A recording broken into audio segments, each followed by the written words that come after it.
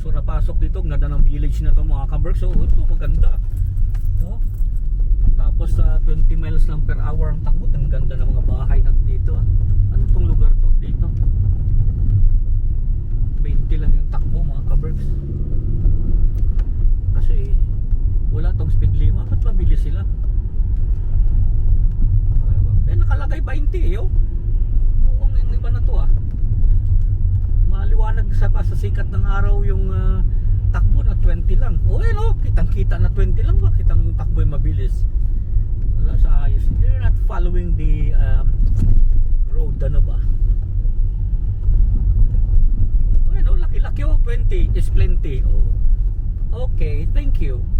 Magaling tayo. Nagsusunod tayo sa ano nyo 20 lang ang sabi niyo ito sumusunod, pares kami ng takbo 20.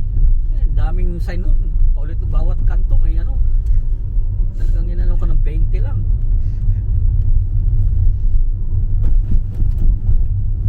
So dito naman mga kabers, ako na lang magbigay. Pagbigyan ko na lang kayo, pero ako ang priority dyan.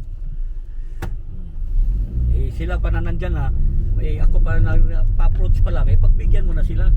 Pero ako ang priority dyan kung tutusin. Pero bigay na lang tayo. There's nothing wrong with giving away ba? Giving